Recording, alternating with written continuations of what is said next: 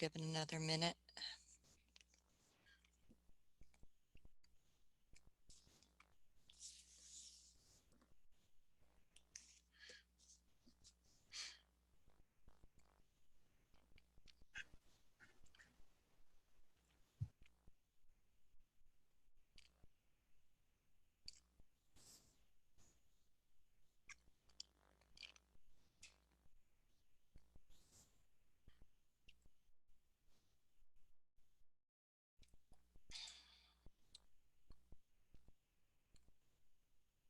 We have some more people arriving.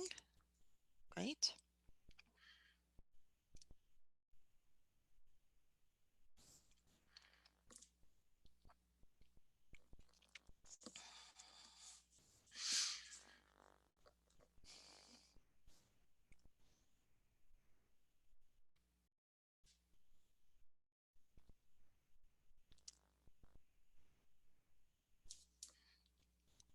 Okay, I think I'm going to get started. Today we're going to, finish up chapter 6 discussion, and then you will be ready to complete all of the chapter assessments that are in Connect and your second exam on chapters 4, 5, and 6, which is already available. Let me double check some due dates for you here.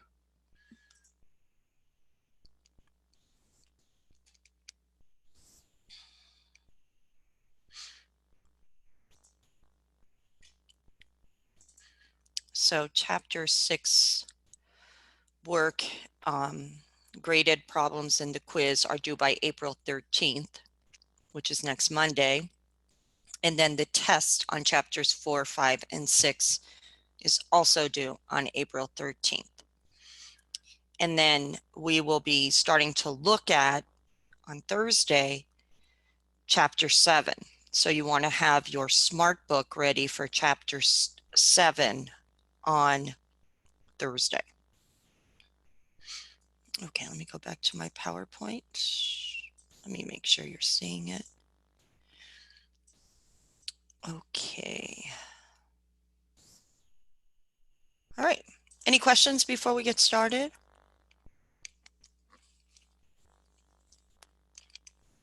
Okay, so we're back into chapter 6 looking at annuities. Now remember, an annuity is when you have an investment that has multiple payments of the same amount at the same period of time. So each payment is either made every year or every 6 months or every month. So you're either paying the money or receiving the money. But when you're trying to determine value, you're doing it on an annuity, where in chapter 5, we were just looking at one amount. You invest one amount today, what's it worth in the future? Or you want a future amount, what do you have to invest today? I'm getting a sore throat, so hopefully nothing bad. But let's see what happens now. We looked at a couple scenarios on Thursday where we said, okay, how much would you have to invest today to get a certain amount of money in the future? $10,000 a year for 5 years. Okay, now we're going to look at, what if we know maybe our present value or our future value, and we want to find how much of a payment must be made at that period of time. For example, suppose you want to borrow $20,000 today for a new car. You can borrow it at 8% per year, compounded monthly. So that means your payments are going to be made monthly. So when your payment is made monthly, that's your time period. So you need an interest rate for that time period. So we take the 8% divided by 12. All of our other examples, we're saying, oh, your payment is annual, so you could use the annual interest rate. Not so with this. So our interest rate per month is 0.6667%.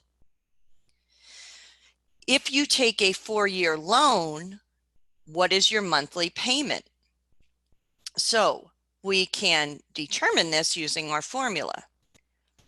Our formula that we were using the other day was calculating present value. When you knew the payment, you knew the interest rate for the payment period, and you knew the number of payments. Well, now we know the present value, which is 20,000. So we'll substitute that as present value. We're trying to figure out our C, or our payment. So we do that by taking 1 minus 1 divided by 1 plus the monthly interest rate to the number of payments power, and then divide that by the interest rate, the monthly interest rate. So this formula was back on page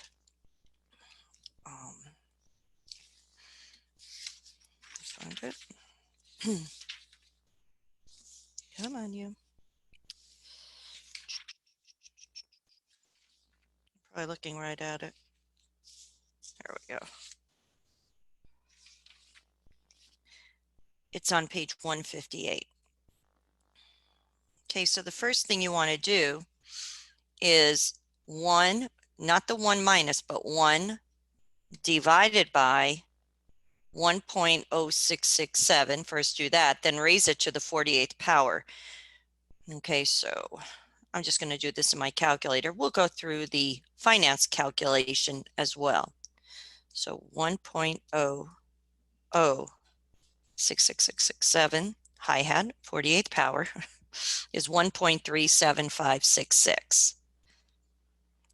Now, divide that by 1, or divide that into 1. So 1 divided by, because right in here, 1 divided by that result, 1.375668 will give us 0.72. Subtract that from 1. So 1 minus 0.7269196 gives us 0.2730804.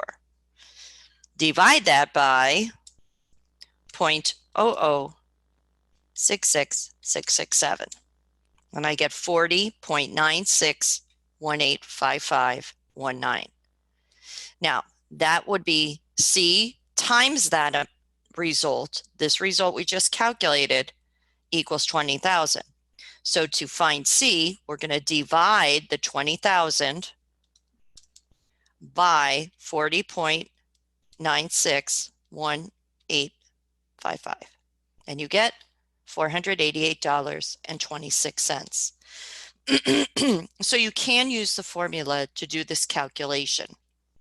On the calculator, which is much easier, we take our apps button, or however you calculate present value, finance, time value of money solver. So now my N is 48 because there's 48 payments, 4-year loan, monthly loans.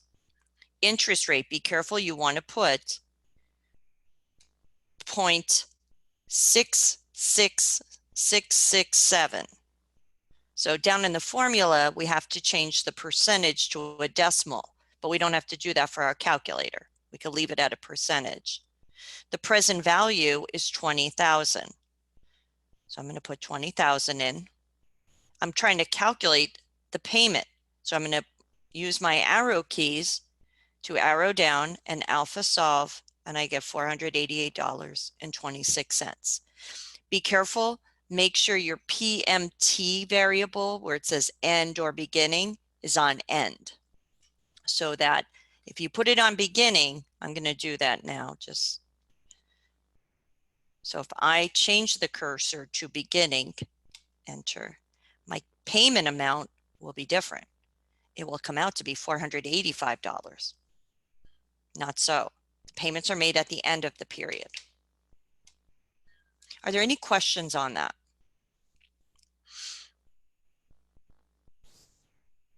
Let's do another one. You ran a little short on your spring break vacation. So you put $1,000 on your credit card. You can only afford to pay the minimum payment of $20 a month, which is a bad thing. The interest rate on your credit card is 1.5% per month. Now that's per month. You're going, wow, that's a good interest rate. No, multiply that by 12. Your annual interest rate is 18% on that credit card. Wow. How long will it take you to pay off that $1,000?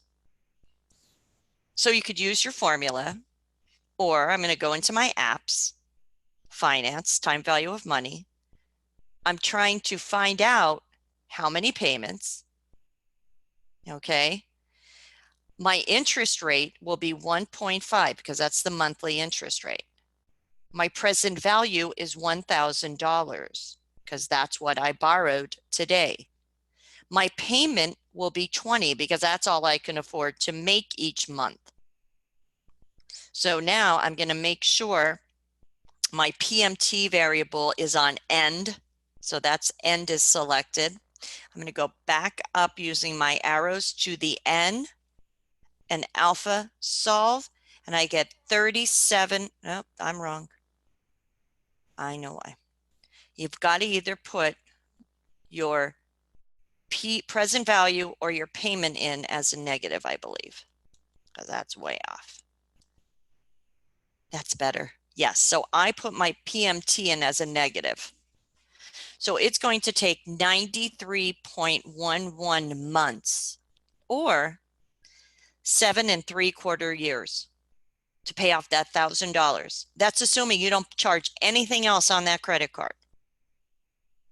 Wow. Now just take that money. If you just quit there and put 20 times 93 months, you paid off $1,860 in total from borrowing $1,000. Crazy. And that's what people find themselves in trouble with credit cards. Because when you're paying the minimum payment, you're not paying any of the principal down. You're only paying interest normally. It takes a long time to start chunking into that principal that you borrowed. Now, looking at the formula, we're going to be using our logs here. So now that we're trying to calculate the T up here, we could substitute our variables. Present value is 1,000. We know our payment. Then we'll multiply that by 1 minus the result 1 divided by 1 plus the monthly interest rate, converted to a decimal, divided by, to the T power, divided by the interest rate. So we do some algebra, and here's ultimately what we end up with down at the bottom. T will be the log of 1 divided by 0.25 divided by the log of 1 plus the interest rate. Now 0.25, oh, okay, it's over here. It's from moving 0.75. Give me a second.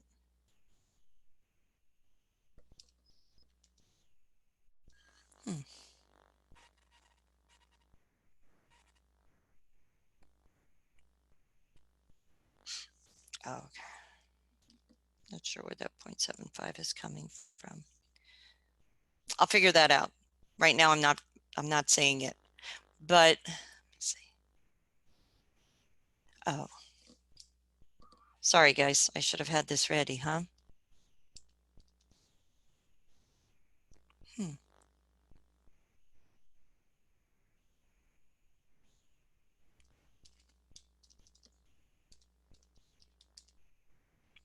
Okay.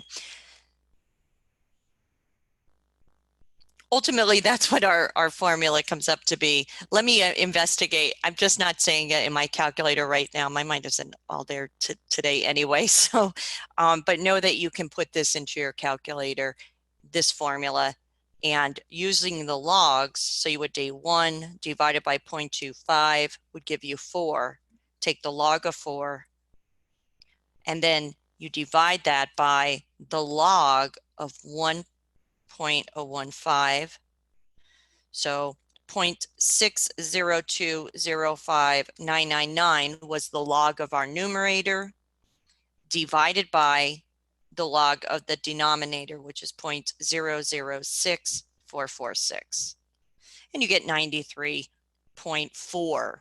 It's just off a little. So in this case, using the finance calculator is a great option. I'm just not seeing the algebra there. So I'll figure that out though, and I'll post it. If you see it, great. Up in here in this formula. Let's take one more. Suppose you borrow $10,000 from your parents to buy a car. You agree to pay them $207.58 per month for 60 months. How much interest are they charging you each month? Now, they're telling you their sign matters. So when we're finding an interest rate, it's hard to use the formula to get an answer. So here's where your finance calculator is the best option. So we know our finance time value of money. We know the number of payments, 60. So N equals 60. Using your arrow keys, you either put the PMT or the present value in as negative. I'm going to follow their guidelines and use present value as 10,000. That's how much you're borrowing. You already know the payment, so put that in as a negative 207.58. Make sure the PMT variable is on end. Use your arrow keys, go up to the interest rate, make sure your cursor is flashing, and alpha enter. And you get 0.75%, which that's per month. If you take 0.75 times 12 months, they're charging a 9% annual interest rate. So if you're trying to use the formula to find the interest rate, you have to do it through trial and error. So pick an interest rate and then compute the present value based on the payments. So if the computed present value is greater than the loan amount, then your interest rate is too low. If the computed present value is less than the loan amount, then the interest rate is too high. So you're trying to compute present value by trial and error using interest rate. So maybe you pick 8%. Then you'll see, based on your calculation, under an 8%, your interest rate will, or I'm sorry, your, an 8% interest rate, your loan payment will be less than your present value. The loan amount, I should say. The loan amount and the present value, they should equal. That's when you know you have the good interest rate. So then you can judge from there. And that's only if you're using formulas. So unfortunately, our formula doesn't give us an exact answer. We got to play around with it a little bit. But that's how you know if you have the correct interest rate. Any questions on finding payment, finding interest rate, finding number of periods when you have an annuity? Okay, so let's switch gears. Now we're going to see how much those same amount of payments over the same equal time period will accumulate to. So you can look at it as like this. You want to save for your retirement. You're going to deposit $2,000 a year into an individual retirement account. That's what IRA stands for. So a retirement savings account. If the interest rate is 7.5%, how much will you have in 40 years?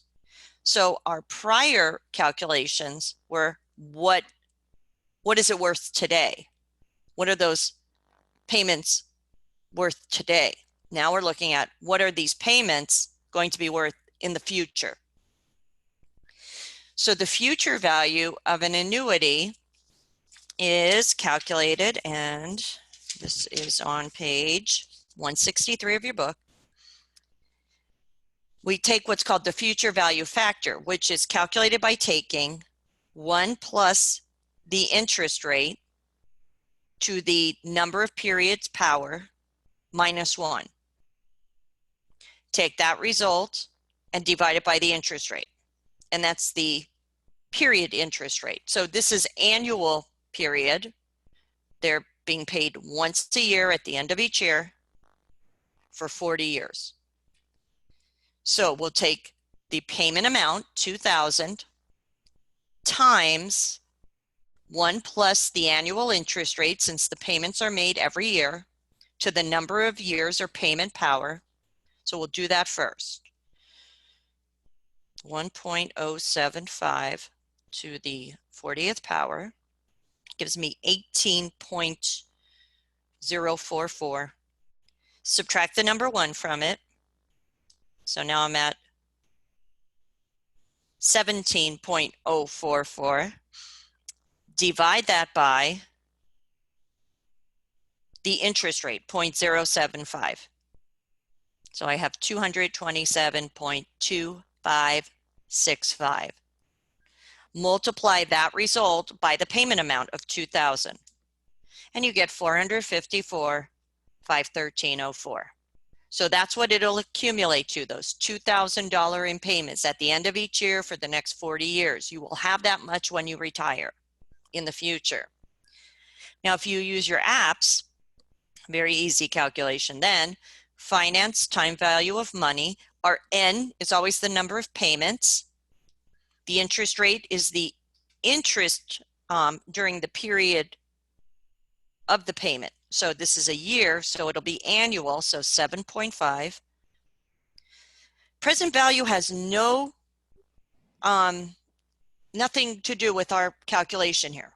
So with annuities, you're either going to calculate present value or future value.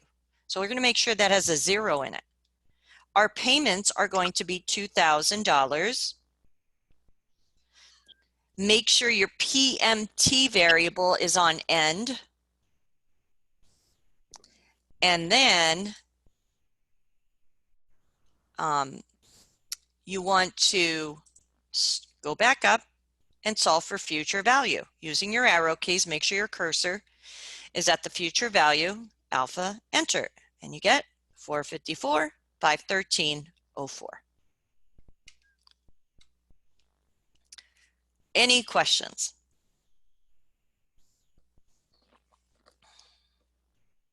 So not only can you see, so from a present value calculation perspective, you can say, I want to receive $2,000 a year for the next 40 years. How much do I have to invest today? But that's not what we're asking here. We're saying, I'm going to put $2,000 a year away. How much will it be worth in the future? So far, all of our annuities are ordinary annuities. And remember what that means. The payment is made at the end of each period. It's being made at the end of each period. But what happens if the payment happens at the beginning of a period? Okay, so that means you will have what's called an annuity due calculation, a little different. So let's look at an example here. You are saving for a new house and you put $10,000 per year in an account paying 8%. You make the first payment at the beginning of year 1. An ordinary annuity is calculating, assuming you make the first payment at the end of year 1, end of year 2, end of year 3. That's not what's happening with this annuity. This annuity, you are making the payment at the beginning of the first year, the beginning of the second year, and the beginning of the third year. Now, they still want to know how much will you have at the end of 3 years, but the assumption is now the payment isn't made at the end, but at the beginning. Now, this formula, let me see if they have an actual formula. Yeah, it's at the bottom of page 164. And it's actually your ordinary annuity value. So you calculate it as if it's an ordinary annuity, and then you multiply it by 1 plus the interest rate. So if you're looking going, that looks like the future value of an ordinary annuity in here. You're right. So we take 1 plus the interest rate on the payment period, which is annual, so it's 8%, to the number of powers. This would accumulate to if it was an ordinary annuity, and that would be 3 periods, 3 payments, 3 periods. Take that result minus 1 and divide it by the interest rate. So if you take that result, let me just do that on my calculator really quick. To the third power minus 1 divided by 1.08 times that by 10,000. If this was an ordinary annuity, your result would be $32,464. But since the payment begins at the beginning of the period, there's an extra period of interest calculated on this. That's why we multiply that result by 1 plus the interest rate. And you get $35,061. So it actually, because the payment is made at the beginning of the period instead of the end, you accumulate an extra $2,500 of interest. So when that payment is happening at the beginning, we have to be very careful because we're not going to calculate the correct amount. Let's go into our apps, finance, time value of money. Our N is 3. Our interest rate is 8. Present value doesn't matter because we're calculating future value. Our payment is $10,000. Now, if you just went and calculated future value, you would be wrong probably. You would have $32,464. Why? Because you have to make sure that PMT variable is selected as beginning. So on your calculator, make sure you move your cursor down and enter over the word begin, and then go up and solve for the future value. So be very careful of that. Watch, when was that payment made? Beginning of each period. Then you have an annuity due. And that's the modification you make for an ordinary annuity to convert it to an annuity due. Any questions?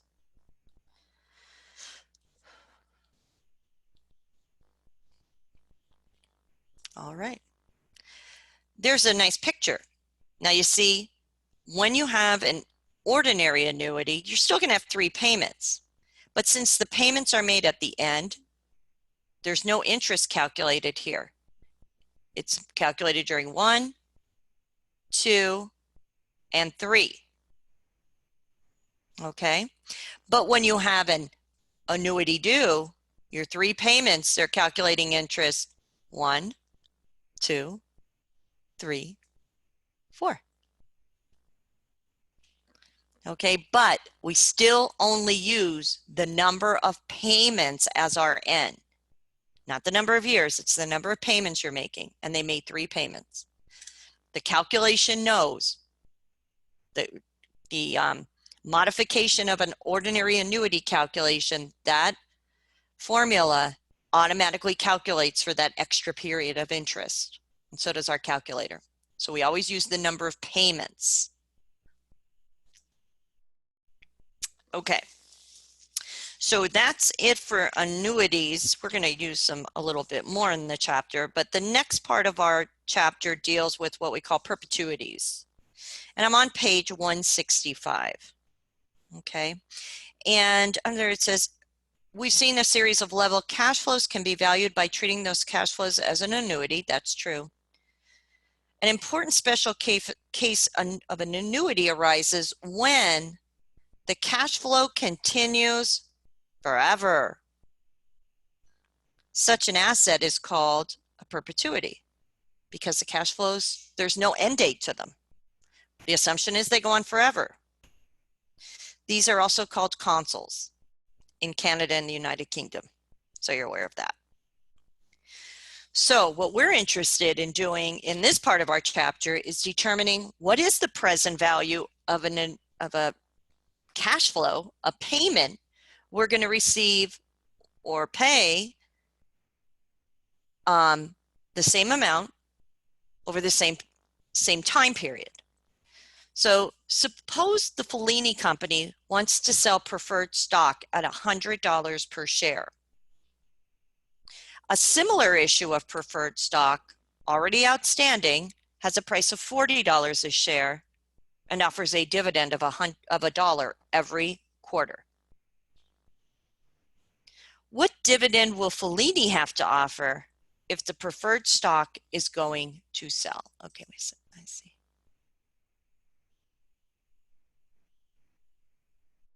Sure, I will do that. I will do that. I got your message, Jamie. I'll do that, and I'll post it out on Blackboard for you.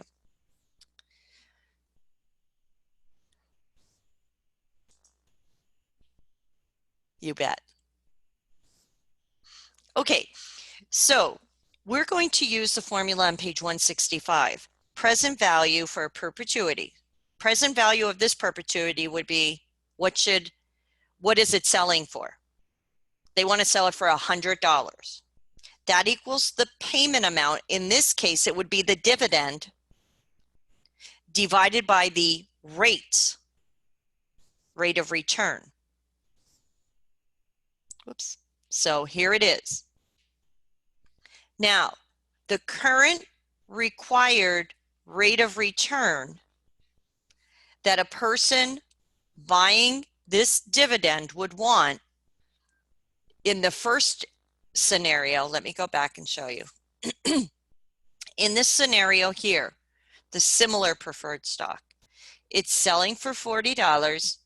The perpetual payment is $1 every quarter.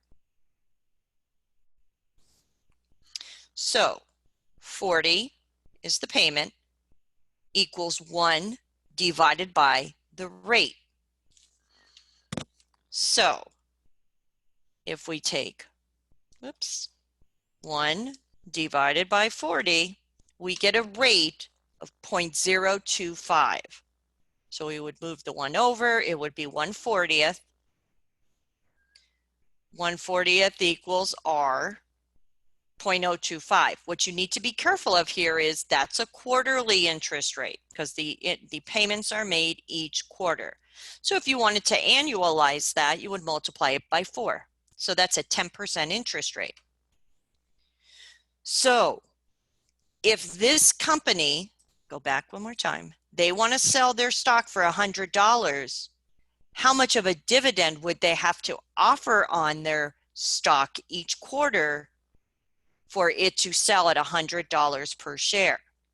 Well, since the similar preferred stock is basically giving a return of 2.5% per quarter, you would take the present value that they want to sell the stock for, 100, equals the payment, the dividend, divided by 0.025.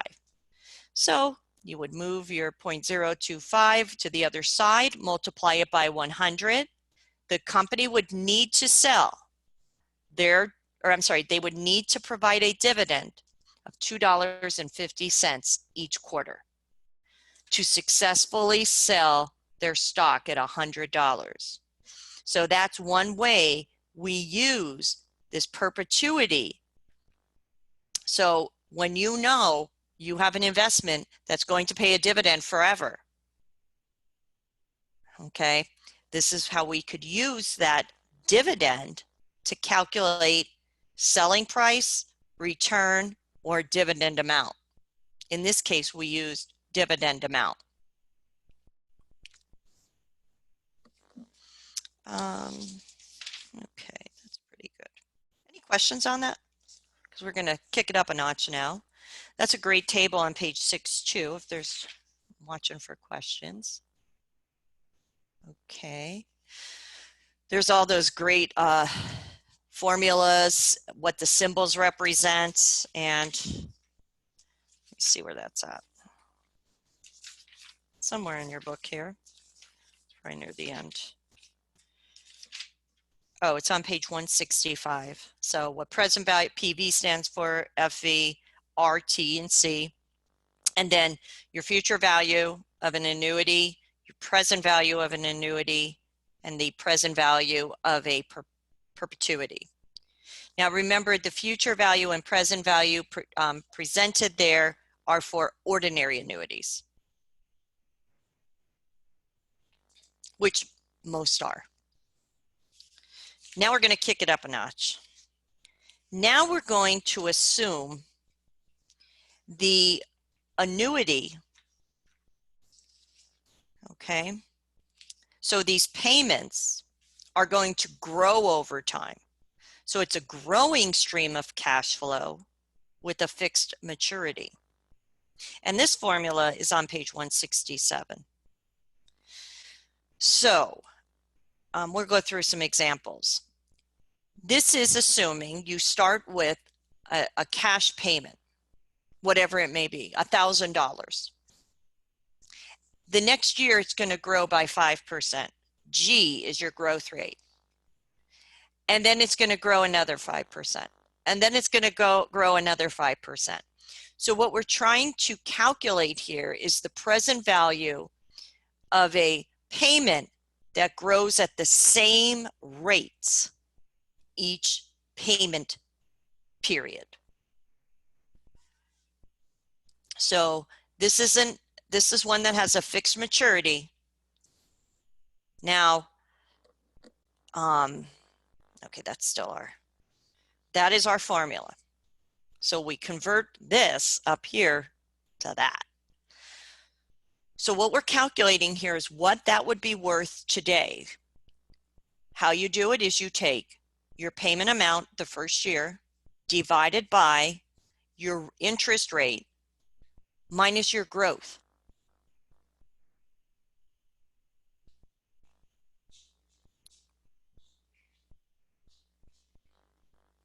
I'm just looking here a second. Okay, yeah. And then multiply that by 1 minus, that's off a little bit. C times 1 plus star. 1 plus your growth divided by 1 plus your return to the T power, to the number of payment power. So let's see this in action. A defined benefit retirement plan. So let's make sure you understand what that is. Some retirement plans are what we call defined contribution. You know how much you are contributing to that retirement plan, and it'll accumulate, and whatever's in it at the end, that's your retirement. A defined benefit retirement plan says this: you know what you're going to get when you retire. Okay? So I'm in as a teacher. There's not a lot of retirement plans like this, but teachers are very fortunate we have this kind of retirement plan. And that's one of the benefits of it. I'm not in a 401k. I don't put money away every month or every pay period and go, hope I have enough money to retire. I do put money into my retirement, but I already know that when I retire, and based on how many years I've worked, I get a certain percent of my highest salary for a year as my retirement going into the future. So that's what a defined benefit. They define the benefit and you know it going into retirement. No matter how much my money accumulates to, I know what I'm getting. Now, a defined benefit retirement plan offers to pay $20,000 per year. So this person says, you're going to get $20,000 a year for 40 years. And that $20,000 is going to increase by 3% each year. What is the present value of that at the day the person retires if the discount rate is 10%? So it's in other words saying, how much would you have to pay today to get $20,000 a year that grows by 3% each year for 40 years, assuming a 10% interest rate? Now let's use our formula. Take the annual payment, $20,000, divided by interest rate minus growth rate. So I'm going to do that on my calculator. Divided by 0.07. 20,000 divided by 0.07. Multiply that by, first I'm going to take the 1.03, 1 plus the growth rate, divided by 1 plus the interest rate. Raise that result to the 40th power. Subtract that result from 1. So 1 minus 0.07207, whoops, 0745. And I get 0.9279255. All right.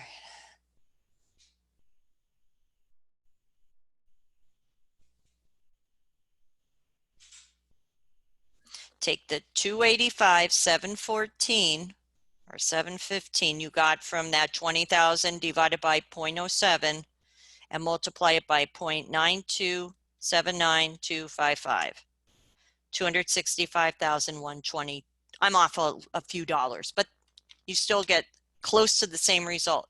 So your calculation process is, first you can calculate the 20,000 divided by 0.07, 10 minus 0.03. That gives you a result of 285,715. Then do the calculation inside the parentheses, 1 plus the growth rate divided by 1 plus the interest rate, raise it to the power. Subtract that result from 1. Then multiply everything in the bracket by the 20,000 divided by 0.07 result. Questions?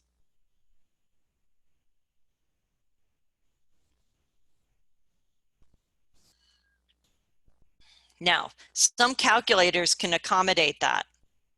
I'm not aware of on my TI 84 or 83 how I can do that. Okay, so you need to use that formula. What if instead it's a growing perpetuity, meaning a growing stream of cash flow that lasts forever? In our last example, we said it's going to grow. So it's going to start at a certain amount, and then it's going to grow by the same percentage each year, but then it's going to end at the end of 40 years. In this example, it's going to grow and grow and grow and grow forever. So there is our formula. What is that worth today? The cash payment divided by the interest rate minus the growth rate.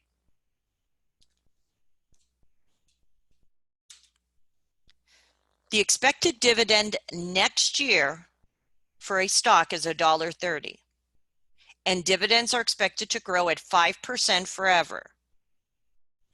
If the interest for this type of investment is 10%, what is the value of this promised dividend stream today? So basically, how much are you willing to spend, investor, today to receive $1.30 starting next year that will constantly grow at 5%? Assuming you could take that $26 and invest it at 10% today. And that's basically what we're saying. Or you could take that money you were going to buy the stock with and invest it and earn a 10% interest rate. So we take the $1.30, next year's dividend, that's what you use, the future dividend going into the next year, divided by the interest rate minus the annual growth rate. So you'd be willing to spend $26 today to receive $1.30 starting next year that constantly grows at 5% each year. Questions?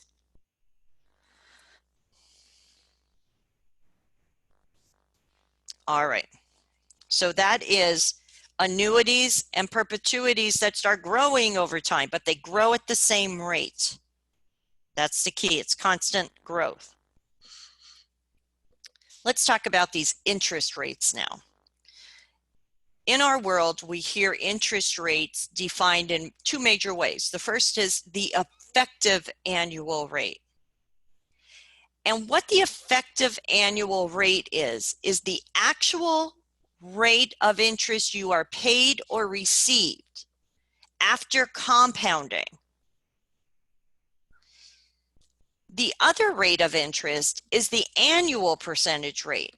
Annual percentage rate is what the bank tells you. So that is the annual rate that is quoted by law. So you may have a savings account that earns 8% annual percentage rate. But the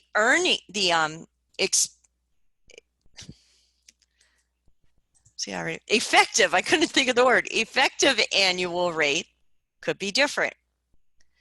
So how do we determine the effective off of the annual, or even the annual off the effective? By definition, the annual percentage rate equals your period rate times the number of periods per year. Remember when we were talking about the credit cards? We said the credit card interest rate is 1.5% per month. Multiply that by 12, the annual percentage rate is 12. Sometimes, though, we have an annual percentage rate quoted to us of 18%. And you need to know what's the interest rate per month. That's called the period rate. You would divide that by the number of months in a year. What if they want to know the quarterly rate for every 3 months? Well, there's 4 quarters in a year. You take the annual rate, say it's 18, and divide that by 4, 4.5% per quarter. You do this with the annual percentage rate only. You should never divide the effective rate by the number of periods per year.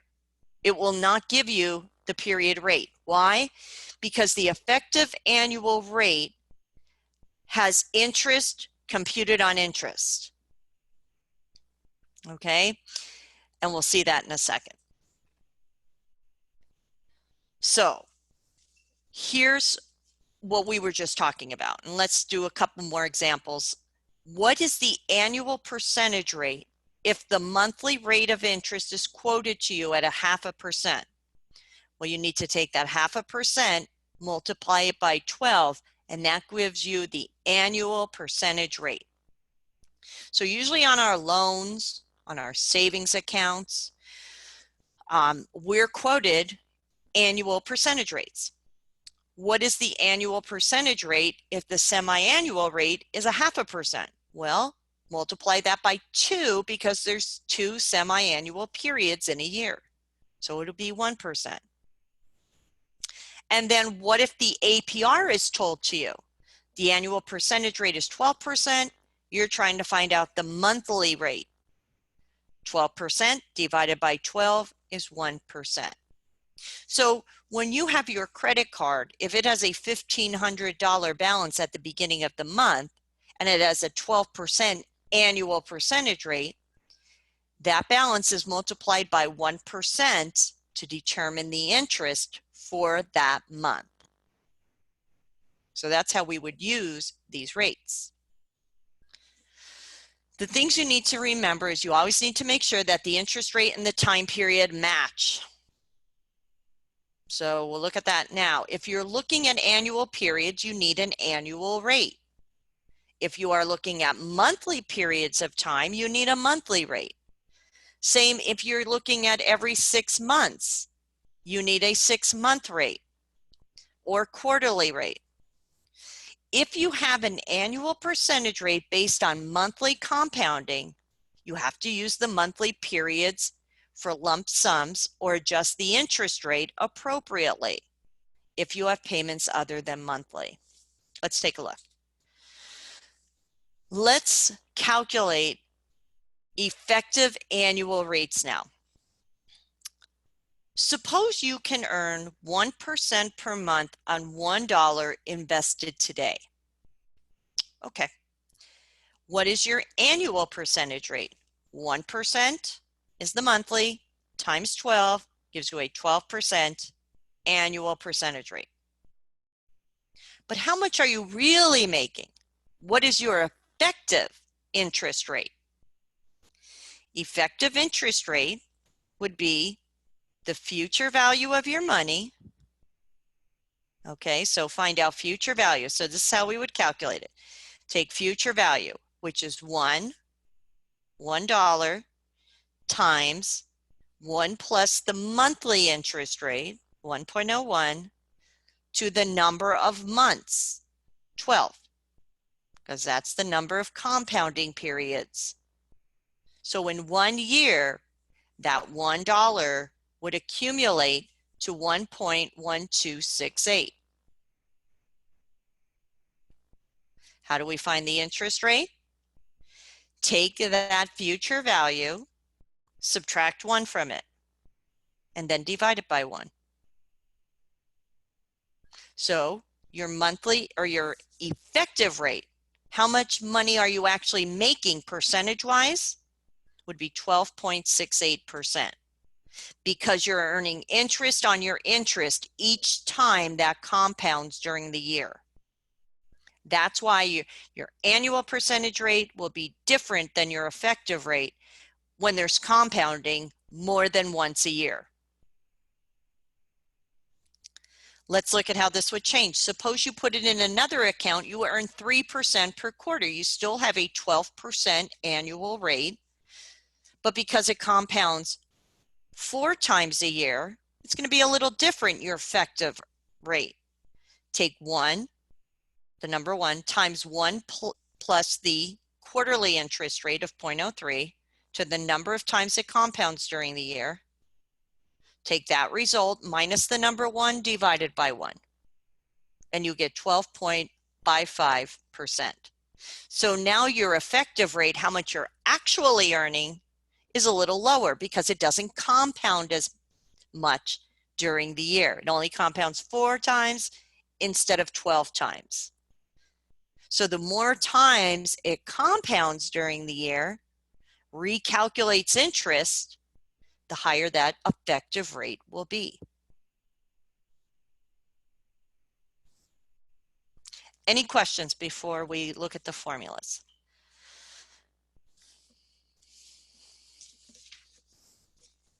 So again, effective annual rate equals 1 plus the annual percentage rate over the number of compounding periods per year to the number of compounding periods per year power minus 1. So we could change that formula over here to determine that.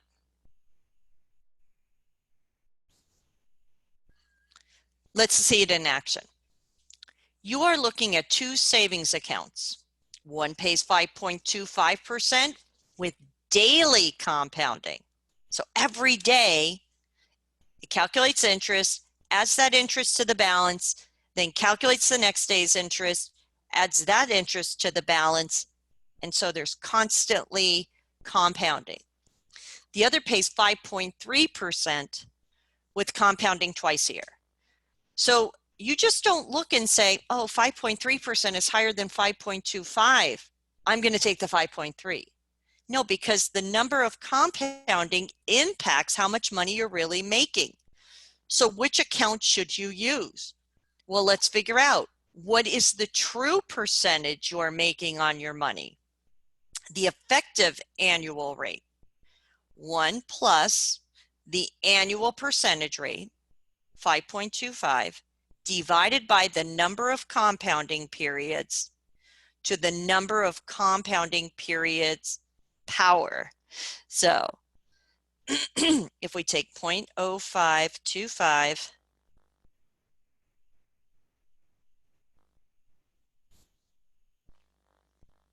it's a little different in your book.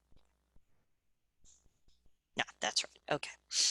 Take 0.025 divided by 365.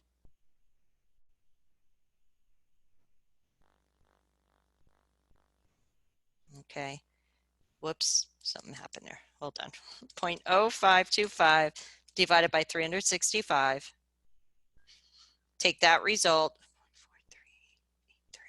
Let me just see something very quick. Okay.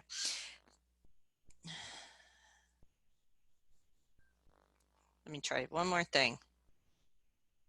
1 plus 1.43835. Oops. Hold on 1 second. Sorry about this. I'm going to follow the formula that's in your book, because this, the way it's written here, there should be brackets. There should be a bracket here and a bracket here. Okay, so we're going to take 0.0525 divided by 365.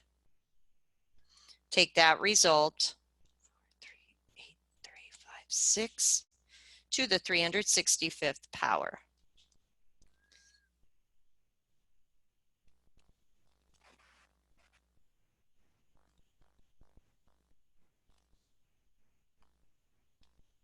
Let me try. Bear with me a second, guys. Sorry.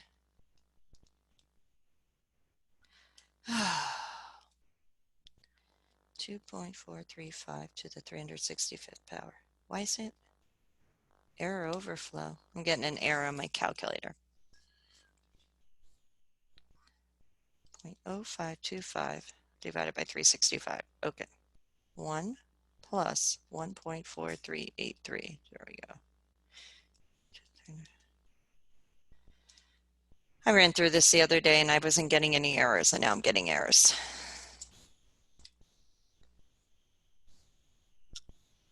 The quoted rate, 0.0525 divided by 365. I'm getting an error on my calculator. I don't know why. Now, if we take 1 plus 1.43,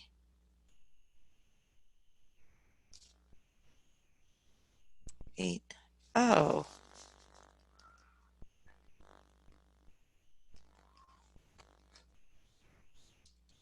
Why is that doing that? Sorry, I'm talking to myself. That is so incorrect there. I don't know what's going on with my calculator. Let me try a different one. I shouldn't be getting the results I am. 0.0525 divided by 365. There we go.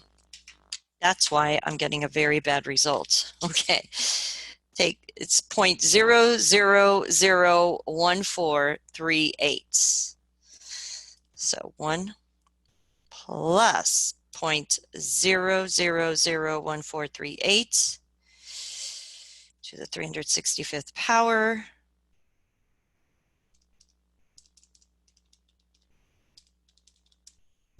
Gives me 1.05. Okay.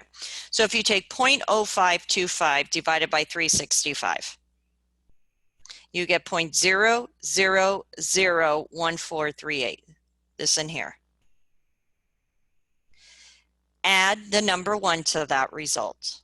So now you're at 1.0001438. Raise it to the 365th power. Your result is 1.053885. When you subtract the number 1, you get your interest rate of 5.39%. All of that. Wow. Sorry about that. My calculator is acting funky on me. I don't know what's wrong. The second calculation says, okay, 1 plus the annual percentage rate divided by the number of compounding periods to the number of compounding periods power minus 1. So now we'll take 0.053 divided by 2. Add the number 1 to that. So I'm getting 1.0265. I'm going to raise that answer to the second power. I get 1.0537. Subtract the number 1. Your interest rate is 5.37%. So actually, even though this annual percentage rate is lower on the first savings account option, overall, because it compounds so many times, your money is earning a higher effective annual return. Questions? Sorry about that. If you have an effective rate, how can you compute the annual percentage rate? Well, now we could take the number of compounding periods per year, M, times what's in the bracket. 1 plus the effective annual rate times to the 1 over M power, 1 over number of compounding periods power, minus 1. So let's see that in action. Suppose you want to earn an effective rate of 12%. So you know how much you want to earn overall, and you're trying to find an investment option that you're looking at an account that compounds on a monthly basis. So remember, the banks, the investments are going to quote you an annual percentage rate. So you want to make sure you're selecting an investment that has that annual percentage rate. So if we take the number of compounding periods, and this is also, I'm looking for it quick in here. We'll just follow through with it. Number of, number of compounding periods, 12 in the bracket. 1 plus the effective rate of 12% to the 1 over 12 power minus 1. So you're going to do everything in this bracket first. So add 1 plus, first the parenthesis, 1 plus the interest rate of 12% in decimal form. Now, when I do to the 1/12 power, I first find 1 divided by 12. And that's the power I raise it to, 0.08333. So I'm going to take my 1.12 to the 0.08333 power, and I get 1.0094. Subtract that result, subtract 1 from that result. 0.009488 is the result inside my brackets. So I'm going to multiply that by the number of compounding periods of 12, and it gives me my annual percentage rate of 11.4%. So you want to select an investment, if it compounds monthly, that's offering an annual percentage rate of at least 11.4%, or 11.39 to be exact. So we're showing you how you can manipulate these formulas to calculate effective and annual. Let's take one more look. Suppose you want to buy a new computer system and the store is willing to allow you to make monthly payments. The entire computer system costs $3,500. The loan period is for 2 years, and the interest rate is 6.9% with monthly compounding. What is your monthly payments? Okay, so we're doing a with annual percentage rate. So we're going to take our monthly rate, which is 0.169 divided by 12. The number of months, 24. So how much is our loan payment? So we're showing you how we use and convert our annual rate into period rates. And then of course, we calculate the number of compounding periods. So if our present value of our loan is $3,500, so we're back to using the present value of an ordinary annuity. This is back on page, actually what we were starting off with in our discussion today, finding the payment. That was the very first thing. So let me go back to the page and so you can see the formula. It is on page 160. So you take your interest or your loan amount, present value, that equals your payment times what's in the bracket. 1 divided by 1 plus the monthly interest rate to the number of payments power, and then divide that entire result by your monthly interest rate. In our examples, we are doing everything on annual, but when it's monthly, you have to convert your interest rate to a monthly interest rate and your periods to the actual number of payments. So I'm going to grab my other calculator here. And you could do this really quick in your finance calculator. As you know, it's calculating payments. So first I'm going to take 1 divided by 1.0140833. I'm going to take that result and raise it to the 24th power and subtract that from the number 1.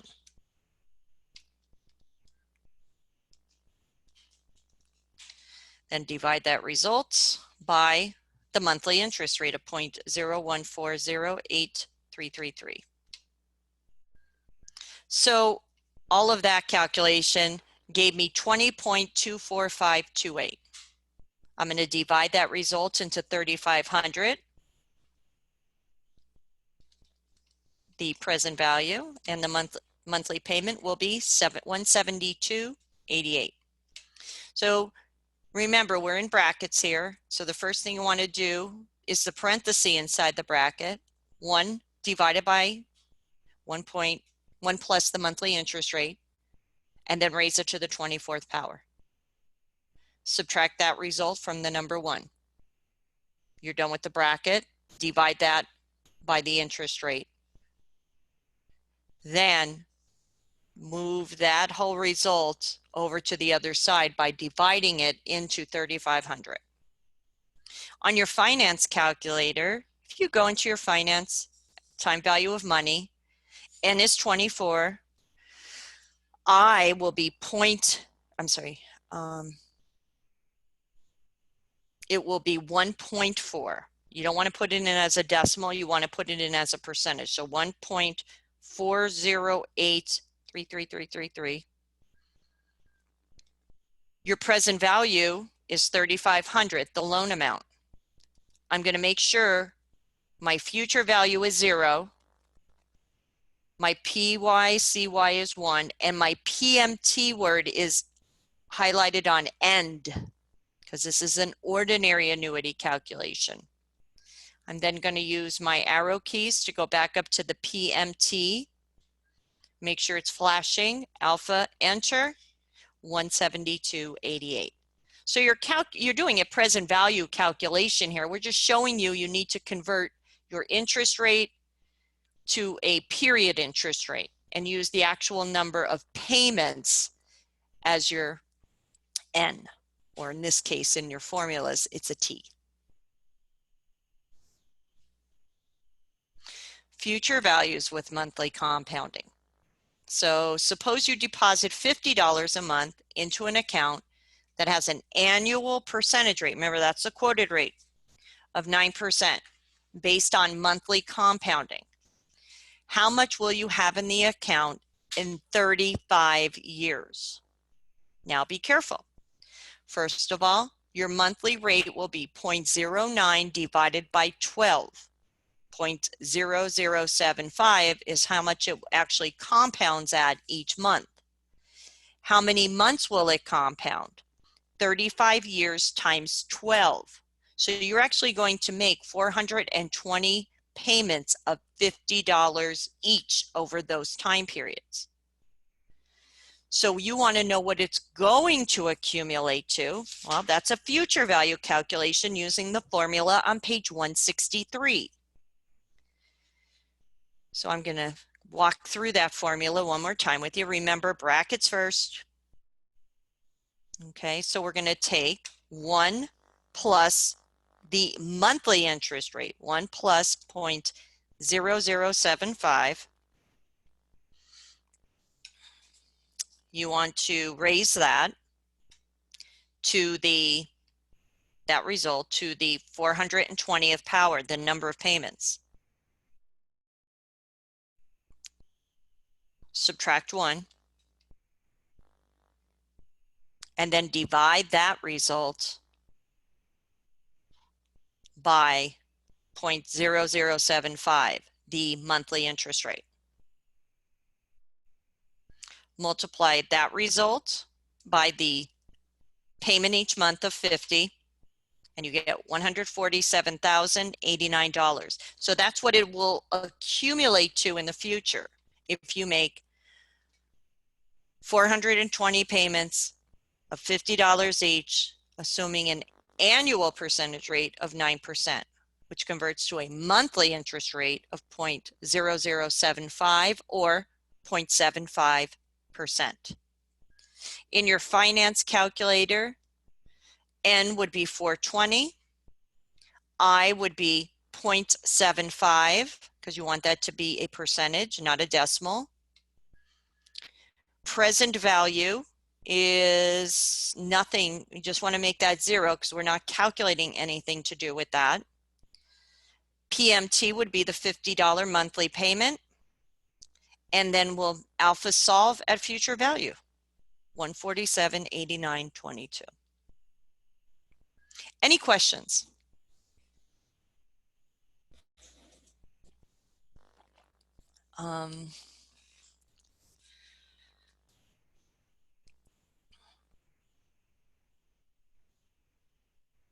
Okay, now this one.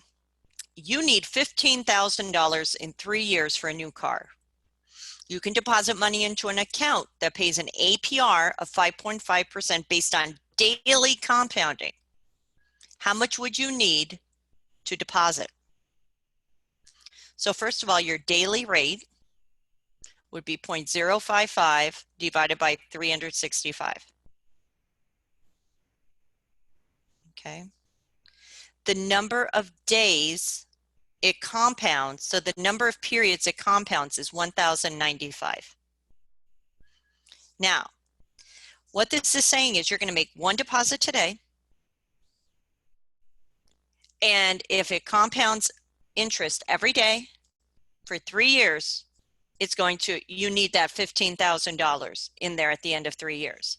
So it's not making daily payments, okay? It's just accumulating over these periods. So this is actually from chapter 5. How much do you have to deposit today under these circumstances to reach $15,000 in the future? So you would use your future value calculation from chapter 5. Take the future value divided by 1 plus the daily interest rate to the number of days power it compounds.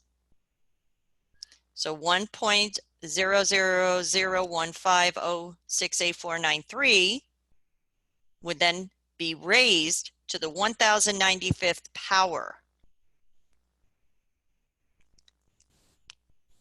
Divide that result, which is 1.17938, by 15,000.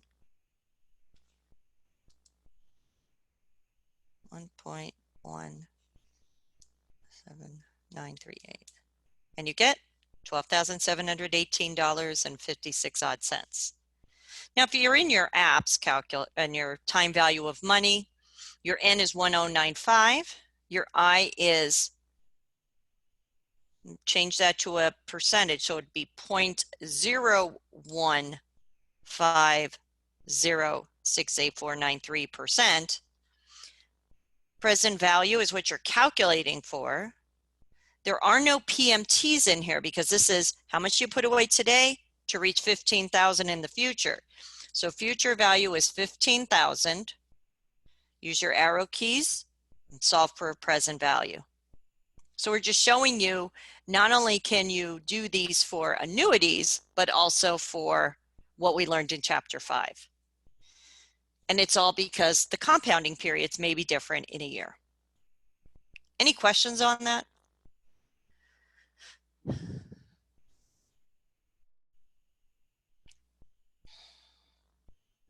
So if that wasn't weird enough, here's something else that could happen. We may have what's called continuous compounding. Sometimes investments or loans are figured based on continuous. It's always happening. So what is your effective annual rate under this circumstance? The E is a special function on the calculator, normally denoted by e to the x power. And on mine, it's in my first column, and it's actually in orange. So I have to use my orange key and that to do this calculation. So effective annual rate will be your e to the q power minus 1. Q being your interest rate. What is the effective annual rate of a 7% compounded continuously? So how much are you actually earning? So I'm going to be in my regular settings on my calculator. Let me see if I go alpha E and then 0.07. Yeah, so I'm going to do my, not alpha, but mine is an orange second key. It says on 2ND. So I have to hit that and then the LN key on my calculator, because that's how I get this e to the x power. Once I do that, I put in 0.07. Hit enter and I get 1.0725. Now subtract the number 1. Your effective rate for continuous compounding is 7.25%. So that's a quick way to determine how much money am I actually making if it's continuously compounding during a year. Questions? I don't know if I'm going to have much. Oh, no, I don't have any time to do that. Okay. Well, the very last part, which is like the last 3 pages of the chapter, which I don't have time to go through, is more real world calculation using annuity calculations for loans. So what I encourage you to do is listen to the video that I already made at the end, and you'll catch the lecture for that, especially with using your calculator and using Excel if you need it. Okay, so there is coverage in Blackboard in the chapter 6's video. Okay, so that's the end of chapter 6. Do you have any questions for me before we sign off for today? Remember, you want to get your chapter 6 graded assignments done. I'm going to post some more details on step-by-step calculation for the calculator, where I'll actually show you in writing instead of me just talking through it. And then I'll get that posted as soon as possible. And then if you could get your chapter 6 done, or test 2 on chapters 4, 5, and 6 done by April 13th as well, which is next Monday. Anything?